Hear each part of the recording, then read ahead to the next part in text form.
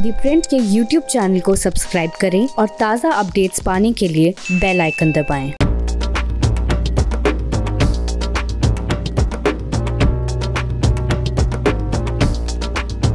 एक तरफ हरियाणा से लेकर यूपी तक जो किसान हैं उनका आंदोलन और गंभीर हो रहा है और एक नए डायरेक्शन में जा रहा है। जाट मुस्लिम यूनिटी एक तरफ बढ़ रही है, वहीं सिख जो किसान हैं उनका आंदोलन लगातार और गहरा रहा है। वैसे में जो प्रधानमंत्री ने आज जो संसद में भाषण दिया, राष्ट्रपति के अभिभाषण का जो चर्चा थी उसका जवाब देते हुए जो प्रधानमंत्री बोल रहे थे,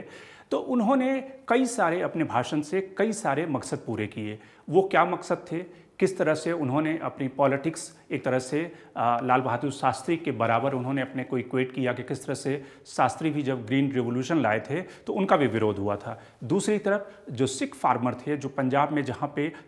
सिविक बॉडीज़ के चुनाव होने हैं और जहाँ पे बीजेपी का सिख किसान विरोध कर रहे हैं, उनको भी एड्रेस करने की कोशिश की। तीसरा जो उनका मकसद था कि किस तरह से जो ओपोनेंट हैं, एक तरह से जो बाहर विदेशी यानी कि जो शख्सियतें लगातार किसान आंदोलन को समर्थन कर रही है, उनको भी उन्होंने टारगेट किया। उसके लिए एक नई उन्होंने शब्दावली FDI शब्द का इस्तेमाल किया और साथ ही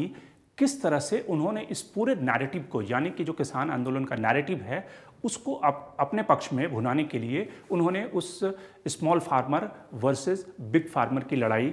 का उपनाम भी दिया। तो क्या है प्रधानमंत्री के इस भाषण के बड़े मैसेज, उसको हम डिकोड करने की कोशिश करते हैं प्योर पॉलिटिक्स में।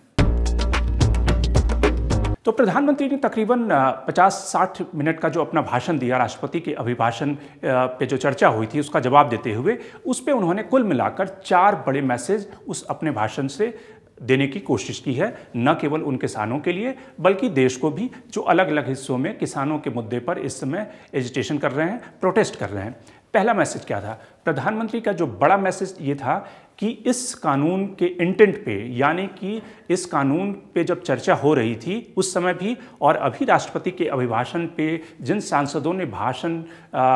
उस चर्चा में भाग लिया, किसी ने भी इंटेंट पे कोई सवाल नहीं उठाया। यानी कि सरकार की जो नीयत है वो इस कानून को लागू करने के बिल्कुल सही रही है। और जिसमें कि उन्होंने शरद पवार से लेकर मनमोहन सिंह तक का उदाहरण दिया कि किस तरह से मनमोहन सिंह ने भी अपने भाषण में इसका उल्लेख किया था। शरद पवार ने भी कहा है कि कानून की जो नीयत है वो तो ठीक है, लेकिन जो उसके प्रोसीडियर हैं, उसके जो उन्होंने कहा कि फुल स्टॉप, कॉमा और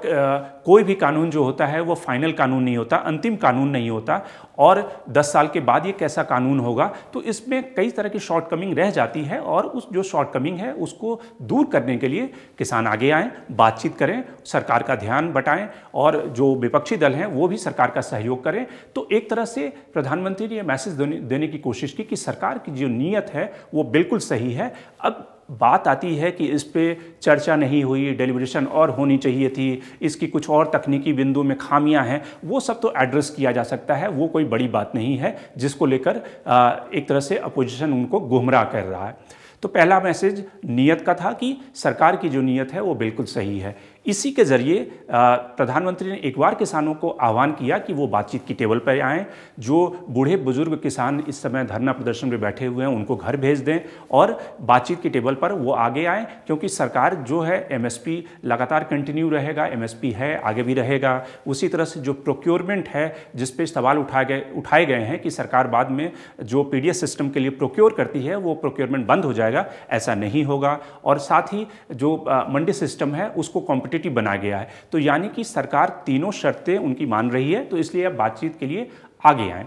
दूसरा जो प्रधानमंत्री का मकसद ये था कि चूंकि इस पे एक तरह से अपोजिशन को उन्हें टारगेट करना था, विपक्षी दल और खास करके वैसे संगठन जो इस समय कहीं ना कहीं किसान आंदोलन को एक नई ऊंचाई पर मोदी सरकार को घेरने के लिए उसका इस्तेमाल कर रहे हैं, अपने पॉलिटिक्स को चमकाने के लिए। तो उसके लिए उन्होंने कांग्रेस को भी घेरा। उन्होंने कहा कि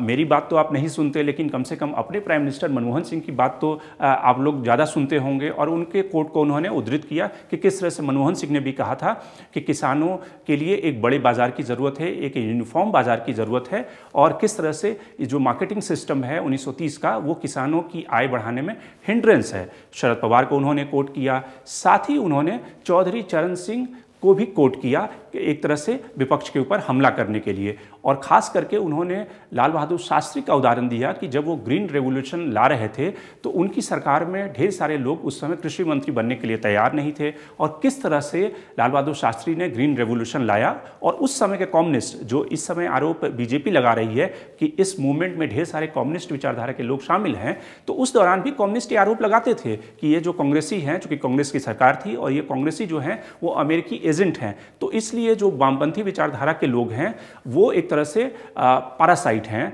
जो कि खुद तो कोई आंदोलन खड़ा नहीं कर सकते, लेकिन अगर कोई दूसरा आंदोलन खड़ा करता है तो उससे जाकर वो चिपक जाते हैं। तो यानी कि जो लेफ्ट आइडियोलॉजी के जो लोग हैं, जो इंटेलेक्चुअल्स हैं, जो कहीं ना कहीं इस आंदोलन को सपोर्ट कर रहे हैं, उसकी तरफ उनका इशारा था, उस पर उन्होंने अटैक किया। उन्होंने जो हमला किया वो सिर्फ जो डोमेस्टिक अपोनेंट है उन पे हमला नहीं किया, बल्कि जो फॉरेन एक तरह से जो सेलिब्रिटी हैं, और जो हाल फिलहाल दिनों में किस तरह से 2-3 सेलिब्रिटियों ने किसान आंदोलन को सपोर्ट किया, और कई सारे यूएस के जो कांग्रेसमैन हैं उन लोगों ने भी किसान आंदोलन को सपोर्ट किया, उनकी तरफ उनका इशारा था। उन्होंने कहा कि एफडीआई का हम स्वागत करते हैं, लेकिन एक जो नई एफडीआई पैदा हुई है, यानी कि फॉरेन विरोध प्रकट करने के लिए जो नए इंस्टीट्यूशन पैदा हुए हैं रेजिस्टेंट के, उनको किस तरह से हमें समझना होगा, उनको रोकना होगा। इस नए एफडीआई से भारत को सतर्क रहने की ज़रूरत है। लेकिन उनका जो बड़ा मैसेज था इस पूरे भाषण का, वो एक तरह से अगर उसकी पॉलिटिक्स को डिकोड करें तो प्रधानमंत्री कहीं ना कहीं इस पूरे डिबेट को small farmer versus big farmer की तरफ ले जा रहे हैं। जैसे कि डिमोनेटाइजेशन में सरकार ने उस डिमोनेटाइजेशन यानी कि एक बहुत बड़ा ब्लंडर था, लेकिन सरकार ने उसका फ़ायदा उठाते हुए न केवल यूपी का चुनाव जीता, बल्कि पूरे नैरेटिव को ये कह दिया कि ये जो गरीबों की लड़ाई है, और जो वैसे अमीर हैं जिन्होंने कि अवैध तरीके से पैसे कमाए हैं, धन इकट्ठा किया है और वो टैक्स नहीं देते हैं, तो उनके हाथ से ब्लैक मनी को निकालने के लिए डिमोनेटाइजेशन किया गया है, उस करेंसी को ख़त्म किया गया है। तो पूरे नैरेटिव को उन्होंने गरीब बनाम अमीर की लड़ाई में तब्दील कर दिया था। वैसे ही आज के भाषण में प्रधानमंत्री ने ये कहा, चरण सिंह को कोट करते हुए, कि 1977 में जब चरण सिंह, जिनके वारिस इस समय अजीत सिंह और उनके बेटे जयंत चौधरी, जो वेस्टर्न यूपी में इस समय जाट मोबिलाइजेशन कर रहे हैं, वो कहीं ना कहीं अजीत सिंह चौधरी चरण सिंह ने 1977 में कहा था कि जो स्मॉल फार्मर हैं, जो जिनके पास 2 बीघे से भी कम जमीन है, और उनकी संख्या तकरीबन 51% है, जो कि अब बढ़कर 68% हो गई है, वो किसी भी सरकारी योजना के हिस्से नहीं होते। और जो बड़े फार्मर हैं, जो लार्ज फार्मर हैं, यानी कि उनका इशारा पंजाब के फार्मर की तरफ था और हरियाणा के फार्मर की तरफ, जो कि जिनके पास बड़ी लैंड होल्डिंग है और जो कहीं ना कहीं मंडी सिस्टम का, एमएसपी का फ़ायदा उठाते रहे हैं, और हर जो कर्ज माफ़ी की योजना होती है उसमें वो फ़ायदा उठाते हैं, किसान क्रेडिट कार्ड की स्कीम होती है उसमें वो फ़ायदा उठाते हैं, फ्री इलेक्ट्रिसिटी वो लेते हैं। तो स्मॉल जो फार्मर है, सरकार उसकी चिंता कर रही है, और उसके लिए ही पीएम किसान सम्मान निधि स्कीम लॉन्च किया गया है। तो कुल मिलाकर वो उस नैरेटिव को क्रिएट कर रहे थे कि स्मॉल फार्मर बनाम जो बिग फार्मर हैं उनकी लड़ाई है, क्योंकि ये जो मुट्ठीबंद किसान इस समय सिंघू बॉर्डर पे बैठे हुए हैं, वो बड़े फार्मर हैं जिनके पास बड़ी लैंड होल्डिंग है और जो एमएसपी का फ़ायदा उठाते रहे हैं। लेकिन जो छोटे फार्मर, जिनके पास 2 बीघा की ज़मीन है, जो अपने खेतों में है, उन्हें इस फार्मर बिल से कोई ज़्यादा उन्हें नुकसान नहीं दिखता है। तो लड़ाई कुल मिलाकर बड़े फार्मर्स की है, छोटे किसान जो हैं वो सरकार के इस कदम के साथ में है। अब सवाल है कि इस नैरेटिव को खास करके वेस्टर्न यूपी में, हरियाणा में किसान कितना लेते हैं और बाकी देश के किसान इसको कैसे लेते हैं। लेकिन एक तरह से प्रधानमंत्री और बीजेपी की कोशिश है कि इस नैरेटिव को आगे बढ़ाया जाए ताकि आंदोलन में एक दरार उत्पन्न हो सके। Shankar Harimesh, the Print. लेकिन आप हमारे YouTube चैनल को सब्सक्राइब करना ना भूलें और अपने कमेंट्स, अपने रिएक्शन हमें लगातार भेजते रहें।